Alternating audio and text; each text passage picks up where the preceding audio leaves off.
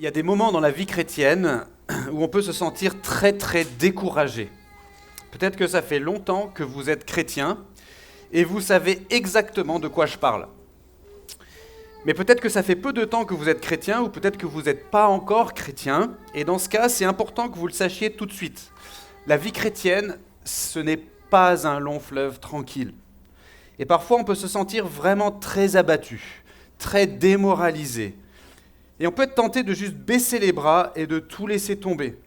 On peut être tenté tout simplement de renoncer à la vie chrétienne.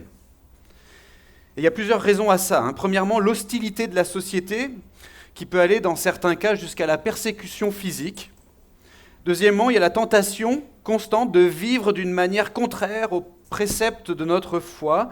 Et ça peut être fatigant au bout d'un moment de toujours devoir lutter pour vivre dans l'intégrité. Ensuite, il y a les circonstances de la vie, tout simplement, qui peuvent être compliquées. La maladie, la précarité, des contraintes familiales ou professionnelles. Ensuite, il y a le découragement qui peut arriver à cause de difficultés relationnelles, avec d'autres chrétiens notamment. Et puis, il ne faut pas oublier la réalité de ce qu'on appelle le combat spirituel. Des fois, et c'est peut-être un peu inexplicable, mais des fois, on a juste l'impression de se cogner la tête contre un mur. C'est juste trop difficile. Trop difficile. Dans la vie chrétienne, on peut se sentir très très découragé, et c'est cette réalité que l'auteur de notre passage a en tête au moment où il écrit les lignes qu'on va lire dans un tout petit instant. Et il a un objectif, l'auteur, un message à nous communiquer, et c'est le suivant. Chers chrétiens, chère chrétienne, qui fatigue, toi qui as de la peine sur ce chemin de la foi, toi qui plies sous le poids des épreuves, et toi aussi qui débutes tout juste sur le chemin de la foi ou qui te demande si tu as envie de t'y engager sur ce chemin de la foi, écoute bien ce message d'encouragement. Ça vaut tellement le coup d'aller jusqu'au bout. Et Dieu nous a donné les moyens de réussir. Et l'auteur va nous faire comprendre ça à travers de nombreux exemples de gens qui ont vécu dans la foi et qui ont marché par la foi, dans des circonstances souvent très très difficiles. Et ils ont tous réussi parce qu'ils avaient les yeux fixés sur quelque chose, ou peut-être sur quelqu'un plutôt, d'infiniment supérieur aux pires difficultés qu'ils pouvaient rencontrer sur le chemin. Alors lisons tout de suite ce passage qui se trouve dans la lettre aux Hébreux, qui est une section du Nouveau Testament, la partie de la Bible écrite après l'époque de Jésus, vers la fin d'ailleurs de notre Bible.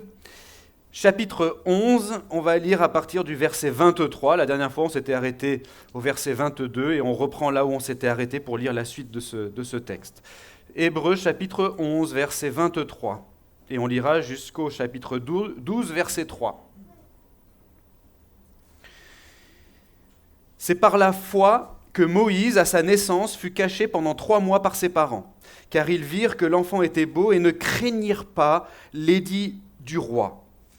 C'est par la foi que, devenu grand, Moïse refusa d'être appelé fils de la fille de Pharaon, aimant mieux être maltraité avec le peuple de Dieu que d'avoir la jouissance éphémère du péché.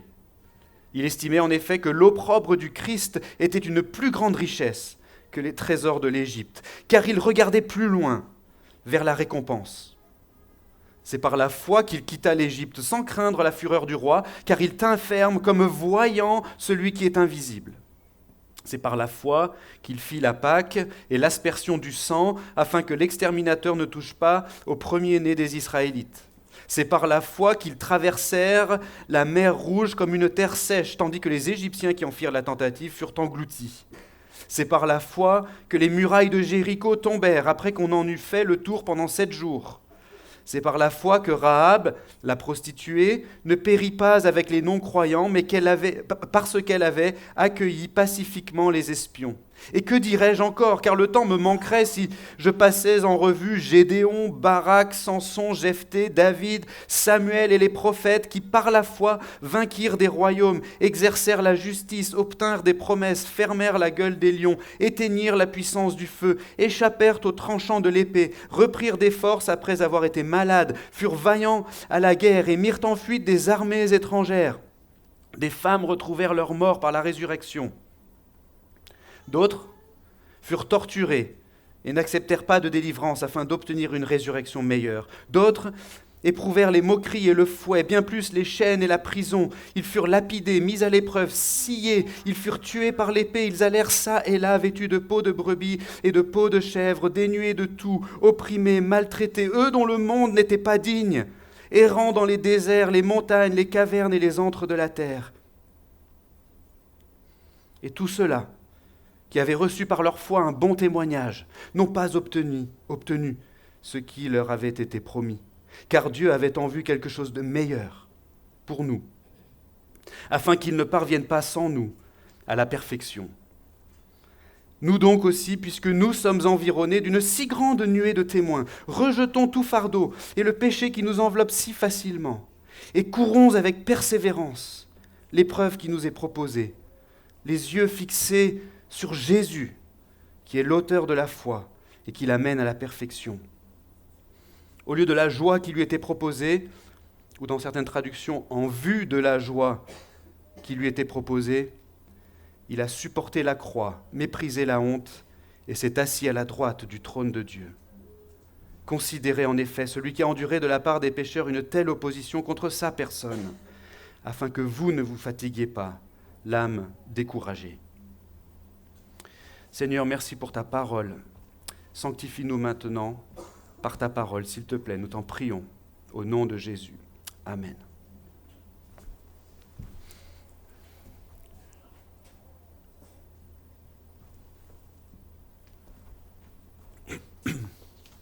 La première chose que ce passage veut nous faire comprendre, c'est que la conséquence ordinaire de la foi, c'est de faire des choses qui sont parfois clairement contraires à notre intérêt immédiat. Le chemin de la foi implique des épreuves assez ordinaires. Et ça, c'est une forme de réalisme qu'on doit avoir par rapport à la vie chrétienne.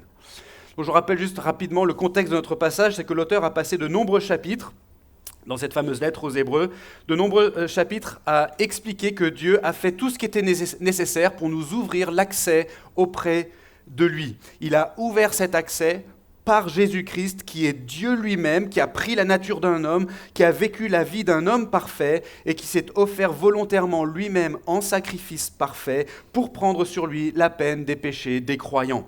Il est ressuscité le 3e jour, il est monté au ciel et lui, le Fils, Dieu le Fils, se tient désormais auprès de Dieu le Père comme le prêtre parfait ou si vous préférez le médiateur parfait.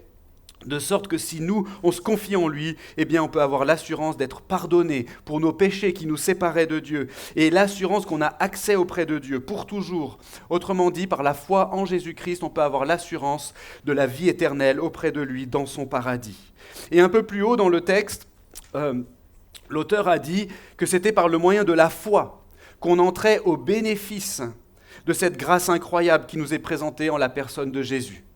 Donc maintenant, dans ce chapitre 11, l'auteur veut nous expliquer ce que c'est que la foi. Qu'est-ce que c'est que la foi par le moyen de laquelle on entre au bénéfice de ce qui nous est présenté en Jésus-Christ. Et il veut nous inciter, bien sûr, à avoir cette foi et à persévérer dedans malgré les difficultés. Parce que les premiers destinataires de l'épître aux Hébreux, c'était des gens qui étaient justement sous pression à cause de leur profession de foi chrétienne. Pour la plupart, c'était des croyants d'origine juive, qui avait reconnu que Jésus était le Messie promis et qu'en lui, en Jésus, le Christ, le Messie, eh bien, les promesses qui avaient été faites à Israël dans l'histoire s'étaient accomplies. Les promesses faites au Père, au patriarche, s'étaient accomplies en Jésus, le Christ. Mais maintenant, ces gens-là qui faisaient profession de foi chrétienne, ils étaient persécutés pour cette raison. Et ils étaient donc sous la pression de leur environnement, ils étaient tentés de renoncer et de retourner à la religion d'Israël, comme si le Messie finalement n'était jamais venu, que ce n'était pas Jésus finalement, et qu'il fallait encore en attendre un autre. Donc ça, c'est le contexte. Et donc, dans la première partie du chapitre 11, l'auteur a commencé à donner des exemples de gens tirés de l'histoire biblique, tirés de l'histoire d'Israël, l'histoire de la relation entre Dieu et les hommes, en fait. Il a commencé à donner des exemples de gens, on l'avait vu ça la dernière fois, en ordre chronologique, des gens qui ont eu la foi et qui ont été déclarés justes en raison de cette foi qu'ils avaient. Parce que l'auteur, ce qu'il veut faire ici, c'est qu'il veut illustrer, en utilisant des exemples, il veut illustrer ce que c'est que la foi, et il veut montrer que jamais personne n'a été sauvé autrement que par le moyen de cette foi, y compris dans toute l'histoire d'Israël, dans l'Ancien Testament, avant la venue de Jésus. Et maintenant, donc, là, on a repris la lecture au verset 23, eh bien, il est en train de poursuivre sa liste d'exemples, l'auteur, et après avoir parlé assez longuement, je ne sais pas si vous vous rappelez, il a parlé assez longuement d'Abraham, ensuite il a parlé d'Isaac, de Jacob et de Joseph. Maintenant, au verset 23, il fait un bond en avant de 400 ans, mais dans notre Bible, c'est une seule page, c'est entre la fin du livre de la Genèse et le début du livre de l'Exode, qui vient juste après. Et là, il nous parle de Moïse, versets 23 à 29, et il nous parle de la sortie d'Égypte, et il nous parle ensuite de l'entrée initiale en terre promise sous la conduite de Josué. Et ici, l'auteur veut nous montrer à travers ces épisodes de l'histoire biblique que vivre dans la foi, ou vivre par la foi, ça veut dire qu'on va être amené parfois, et peut-être souvent, à accepter logiquement de prendre le chemin difficile plutôt que le chemin facile. Les parents de Moïse, par exemple, ont caché leur bébé à la naissance plutôt que d'obéir au pharaon qui avait ordonné que les bébés garçons israélites soient tués. Ils ont pris un grand risque en désobéissant à l'ordre du roi. Moïse, une fois adulte, a préféré assumer qu'il était un Israélite plutôt que de profiter de son statut de prince d'Égypte, puisqu'il avait été plus ou moins adopté par la fille de Pharaon. Et donc lui aussi prend un risque. Il préfère assumer son origine plutôt que de profiter des privilèges d'être considéré comme un prince en Égypte. Puis ensuite, il a conduit les Israélites hors d'Égypte plutôt que de se soumettre au Pharaon, l'homme le plus puissant de son temps. Et Moïse et les Israélites, par la foi, se sont trouvés ensuite dans des situations tellement délicates et risquées et même désespérées à vue humaine. Ils ont mis du sang d'agneau sur la porte de leur maison en comptant que ça les épargnerait du fléau qui a entraîné la mort des premiers-nés en Égypte. Ils ont pris un risque, ils ne savaient pas si ça marcherait. Ils se sont tenus, et ils étaient plusieurs centaines de milliers, ils se sont tenus coincés devant la mer, en étant poursuivis par l'armée égyptienne, armée jusqu'aux dents, en comptant sur Dieu pour qu'il fasse quelque chose pour les délivrer. Ils ont pris un risque énorme. Ils se sont mis en danger d'être exterminés. Plus tard, ils ont fait le tour de la ville de Jéricho 7 fois, en comptant que quelque chose arriverait. Ils n'étaient pas sûrs ce qui arriverait, mais bon, ils se sont dit, on va le faire, parce que Dieu nous l'a dit, au risque d'être totalement ridiculisés devant les Cananéens, les habitants de Jéricho à l'époque, et au risque d'être massacrés en conséquence, quoi. C'est totalement contre-intuitif ce qu'ils ont fait. Et Rahab, parce qu'elle avait la foi, elle a pris un risque énorme en cachant elle-même les espions d'Israël, alors qu'elle aurait eu intérêt plutôt à les dénoncer, à les livrer à leurs ennemis. Bref, la conséquence ordinaire de la foi, c'est de faire des choses qui sont parfois clairement contraires à notre intérêt immédiat, vous voyez ? Et l'auteur veut nous montrer qu'on ne devrait pas être surpris par ça. En fait, c'est assez normal. Pourquoi est-ce que la foi nous entraîne assez ordinairement sur ce terrain-là ? Eh bien, l'auteur nous le dit, c'est parce que le regard de la foi est sur autre chose que sur les circonstances immédiates. Vous avez peut-être remarqué qu'il est beaucoup question de ce vers quoi les regards se portent dans le passage qu'on a lu. Ils virent que l'enfant était beau. Ils regardaient plus loin vers la récompense. Ils t'inferment comme voyant celui qui est invisible. Et dans la vie, on comprend assez bien ce principe, en fait. Des fois, on fait des trucs qui peuvent en soi sembler très bizarres, très contraignants et même un peu masochistes. Pourquoi en général ? Parce qu'on recherche un bienfait supérieur. On vise quelque chose de bien et de meilleur, mais on sait qu'on doit passer par la difficulté pour ça. Et donc, en fait, on l'accepte. C'est normal, c'est naturel presque. C'est logique. Beaucoup d'entre nous, on sait ce que c'est de préparer un gros examen, par exemple, ou un concours. Et pour ça, on doit étudier. Et on doit sacrifier des soirées et des week-ends. Ça peut sembler absurde, mais pourquoi est-ce que tu ne viens pas t'amuser avec nous ce soir ? Pourquoi est-ce que tu vas t'infliger si peu de sommeil cette nuit ? Pourquoi est-ce que tu restes cloîtré chez toi pendant 2 semaines, sans voir tes amis, sans répondre à tes messages sur Insta, sans manger et sans te laver ? Tout simplement parce que tu regardes plus loin, tu regardes plus loin vers la récompense, n'est-ce pas ? Et l'auteur nous dit qu'avec la foi, c'est un peu pareil. Et en fait, c'est une forme de réalisme qu'on doit avoir par rapport à la vie chrétienne. Parce qu'on regarde plus loin, eh bien des fois, ça veut dire que ça va être compliqué ici et maintenant. Ça implique des épreuves ordinaires. Et il n'y a rien d'anormal à ça. Au contraire. C'est assez normal de rencontrer l'hostilité de la société et de notre entourage non croyant. C'est assez normal d'être amené à faire des choix qui vont à contre-courant et qui parfois vont alimenter cette hostilité, comme par exemple assumer de vivre selon une éthique biblique plutôt que selon les désirs intuitifs de notre cœur. C'est assez normal de rencontrer des obstacles sur la route, la maladie, le découragement, le conflit, la précarité, parce que ça fait partie de notre condition humaine. Parce que le chemin sur lequel on est, il est difficile. Mais en tant que croyant, par la foi, on ne s'en étonne pas. Parce qu'en fait, on sait que notre destination, elle est bien plus loin. Et justement, où est-ce qu'on va ?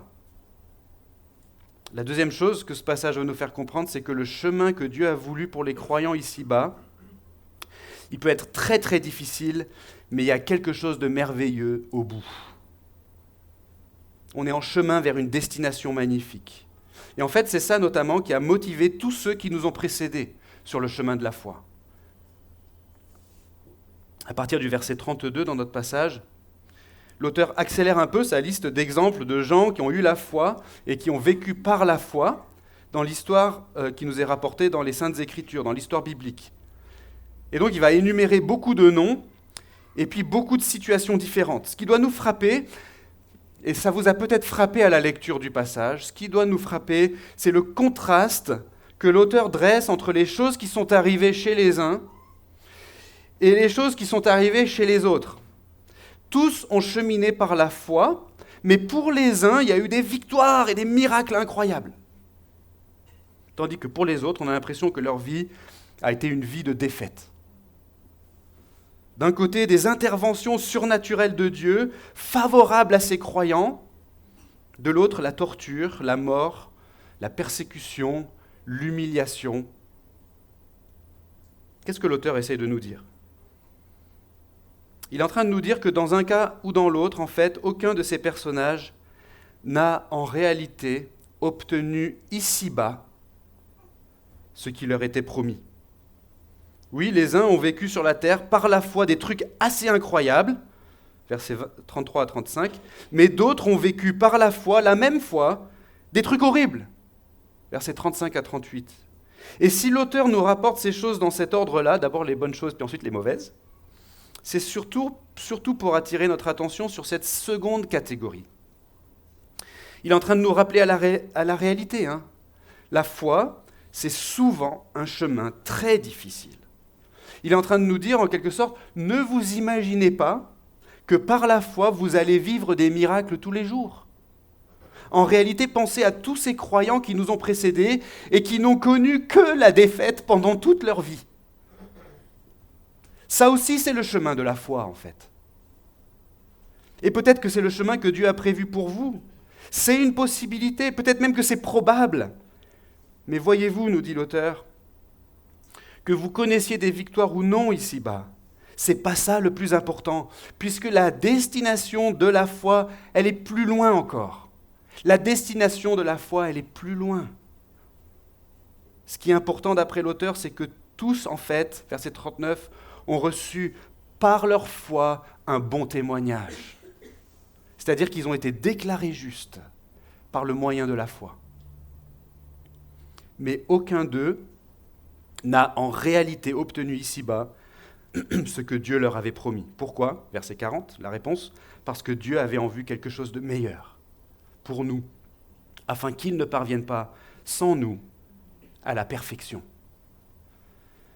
Ce qu'il est en train de dire, c'est tout simplement que les promesses que Dieu avait faites à tous ces croyants de l'Ancien Testament, de l'époque d'avant Jésus, ces promesses visaient quelque chose qui devait encore venir dans l'histoire et auquel nous aussi, les croyants du futur pour eux, auquel nous aussi on prendrait part. Quelque chose qui devait venir, auquel nous aussi on prendrait part. L'auteur souligne quelque chose de très important pour nous, c'est que le salut des croyants est substantiellement le même depuis toujours et pour toujours. C'est la même chose qui est présentée aux hommes et qu'ils peuvent recevoir par le moyen de la foi, avant la venue de Jésus et après la venue de Jésus. C'est substantiellement le même salut. Et qu'est-ce que c'est que ce salut ? L'auteur emploie ce terme qu'il a déjà employé auparavant, c'est la perfection. La perfection. Cette perfection, c'est tout simplement l'idée qu'un jour, si on a la foi, on sera un jour ressuscité avec un corps incorruptible. On sera définitivement débarrassé de tout mal, de tout mauvais désir, de tout péché.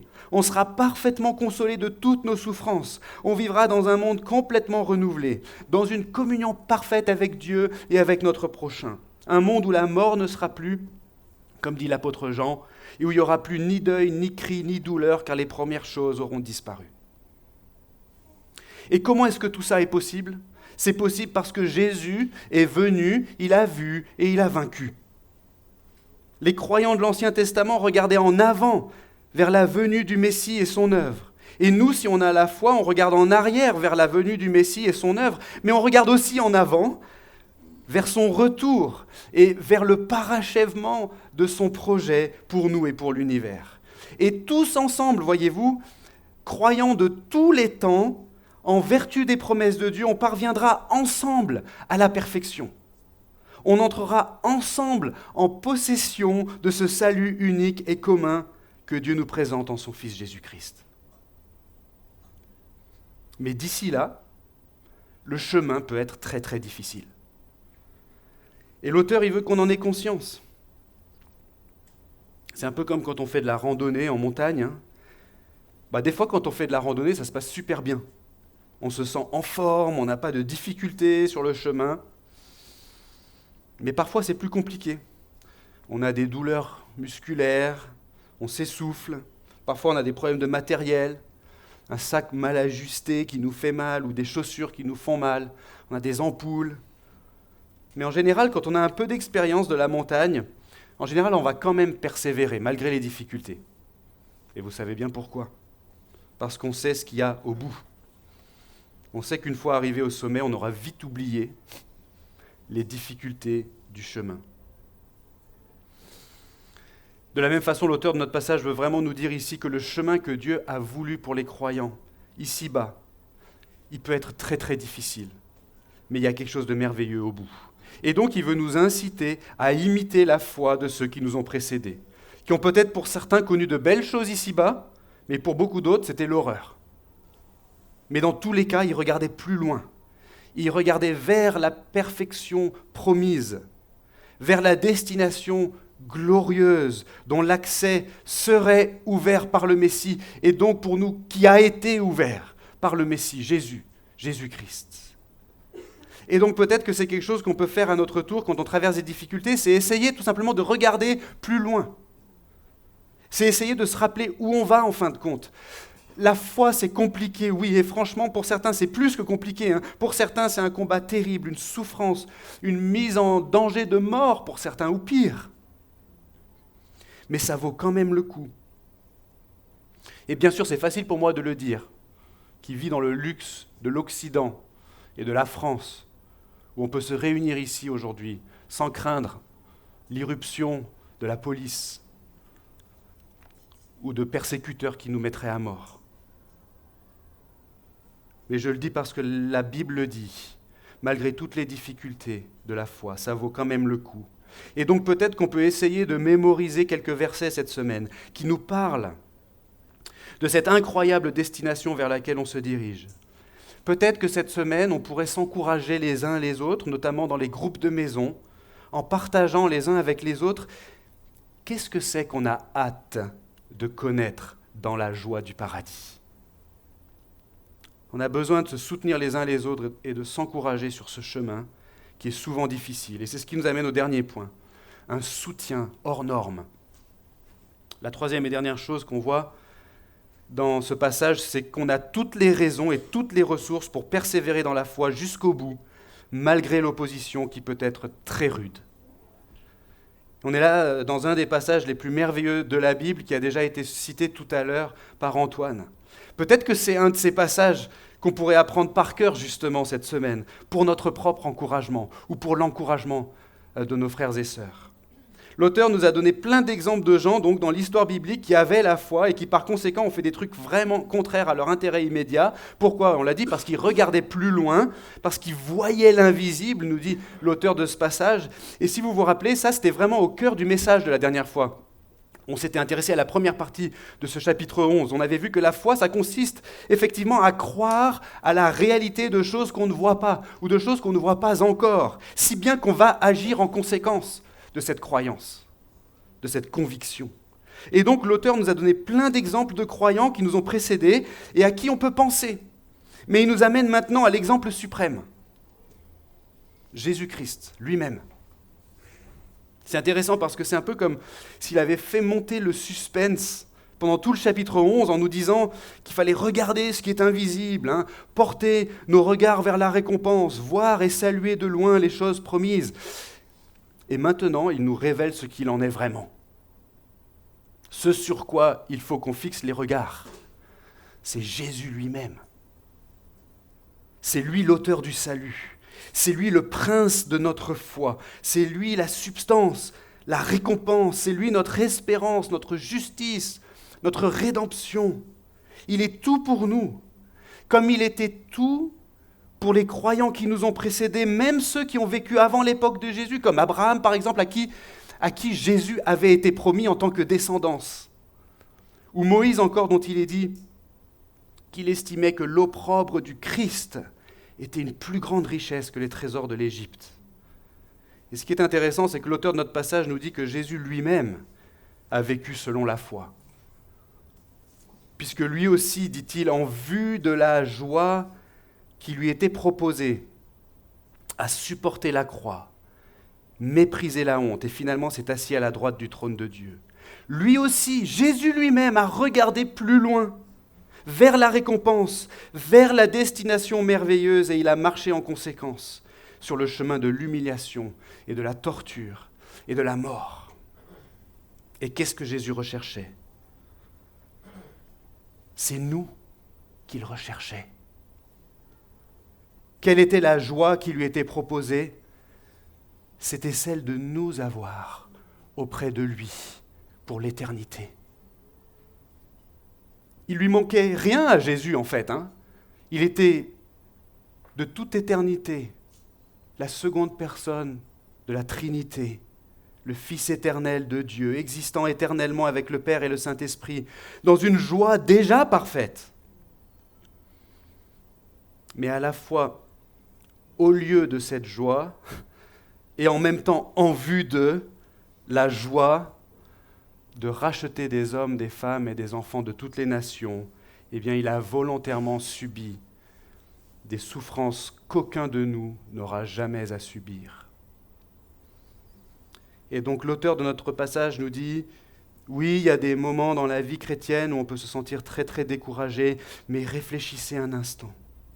Rappelez-vous tous ces croyants qui nous ont précédés, une si grande nuée de témoins qui ont persévéré jusqu'au bout et qui nous attendent sur la ligne d'arrivée afin qu'ils ne parviennent pas sans nous à la perfection. Ils nous attendent afin de ne pas parvenir sans nous à la perfection. Mais surtout, levez les regards vers Jésus, nous dit l'auteur. Considérez-le, lui qui a souffert plus que n'importe qui d'autre pour que nous, justement, on puisse avoir la foi et qu'on puisse être déclarés justes et entrer en possession du salut. Et lui aussi, non seulement nous attend à la ligne d'arrivée, mais il est aussi avec nous pour toute la durée de la course. Mes bien-aimés, c'est comme si on courait dans un grand stade. Imaginez les Jeux Olympiques. On est en train de participer à une course dans un grand stade. On est sur la piste, sous les feux des projecteurs. Et la course est difficile. Mais tous ceux qui nous ont précédés sont assis dans les gradins. Et ils scandent notre nom. Alex, Alex, Alex, Alex. Ils nous encouragent et ils veulent tellement qu'on arrive au bout.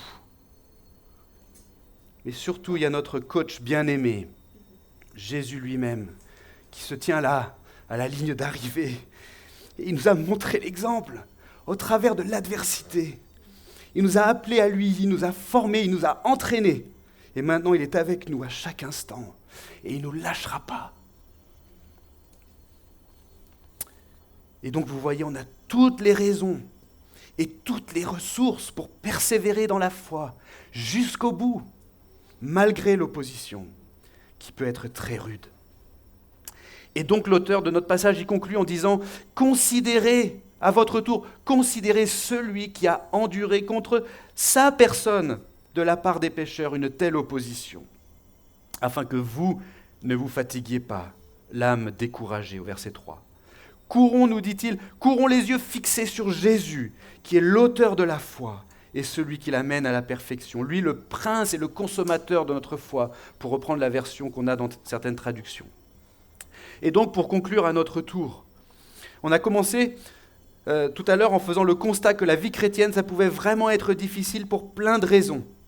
Hostilité sociale, tentation, découragement, complexité de la vie, conflit, et sans oublier bien sûr l'opposition spirituelle de l'adversaire de nos âmes, le diable lui-même. Mais le message de ce texte qu'on a considéré ce matin, c'est vraiment un message d'encouragement, et c'est le suivant.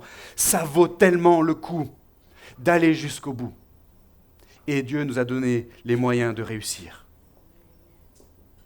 Il nous a donné les moyens de réussir parce qu'il nous a donné Jésus, qui a déjà tout accompli pour nous. On peut vraiment se reposer sur lui, compter sur lui, nous réfugier en lui. Il est présent à chaque instant par son esprit qui a été déversé en nous si on a la foi. Il a fait sa demeure en nous avec le Père, par le Saint-Esprit. On a tout ce qu'il nous faut pour arriver à destination. Mais l'épreuve qui nous est proposée, pour reprendre l'expression du verset 1 ici, l'épreuve qui nous est proposée, c'est un projet communautaire. Ce que je veux dire par là, c'est qu'on n'y arrivera pas indépendamment de nos frères et sœurs qui courent avec nous dans le stade. Pourquoi ? Parce qu'en fait, nos frères et sœurs sont un des moyens par lesquels Jésus lui-même nous administre sa grâce et ses encouragements. Oui, nous sommes environnés d'une si grande nuée de témoins. Beaucoup de ces témoins ont déjà franchi la ligne d'arrivée. Ils nous attendent pour parvenir avec nous à la perfection. Mais beaucoup aussi qui sont encore dans la course. Beaucoup de ces témoins sont encore dans la course, à commencer par ceux qui sont assis à côté de vous ce matin, et devant vous et derrière vous. Prions les uns pour les autres. Passons du temps les uns avec les autres. Partageons nos joies et nos fardeaux dans les groupes de maison. Priorisons le culte du dimanche comme un rendez-vous incontournable pour le bien de notre âme. Mais pas seulement pour le bien de notre âme, aussi pour le bien de l'âme de mes frères et de mes sœurs, pour leur bien au moyen de ma présence, en fait, comme vecteur de bénédiction pour eux de la part du Seigneur. Surtout, rappelons-nous jour après jour et intentionnellement que la substance et l'objet de notre foi, c'est Jésus. On n'est pas sauvé parce qu'on a une super foi. On est sauvé parce qu'on a un super sauveur. Ce n'est pas la taille ou la force de notre foi qui nous sauve, c'est l'objet de notre foi, c'est Jésus lui-même. Et c'est pour ça que l'auteur nous dit, gardons les yeux fixés sur lui, pas les yeux fixés sur nous-mêmes, pas les yeux fixés sur nos propres états d'âme, ou sur nos doutes, ou sur notre faiblesse. Les yeux fixés sur lui qui est le super sauveur. Il est fidèle, il est l'auteur de la foi et celui qui l'amène à la perfection. Et je veux terminer en vous relisant ce verset que Florian avait lu il y a 2 semaines, qui est vraiment approprié au message de ce passage. Il dit, c'est l'apôtre Pierre qui dit, « Votre foi éprouvée sera un sujet de louange, de gloire et d'honneur lors de la révélation de Jésus-Christ. Vous l'aimez sans l'avoir vu, sans le voir encore, vous croyez en lui. » Comprenez ce qu'il dit ? Fixez les regards sur celui que vous ne voyez pas. Fixez les yeux sur Jésus que vous ne voyez pas. Mais vous l'aimez justement sans l'avoir vu. Et sans le voir encore, vous croyez en lui et vous tressaillez d'une allégresse indicible et glorieuse en remportant pour prix de votre foi le salut de vos âmes. Amen. Seigneur notre Dieu, merci encore pour les promesses de ta parole. Merci pour cet encouragement tiré de ce passage et on prie vraiment que tu l'appliques avec puissance à notre cœur, à notre vie, que tu nous aides, Seigneur, dans notre faiblesse, que tu viennes au secours, Seigneur, de la faiblesse de notre foi, que tu nous aides à fixer les yeux constamment sur le prince et le consommateur de notre foi, à savoir Jésus-Christ, celui que tu nous as envoyé pour tout accomplir à notre place. Amen.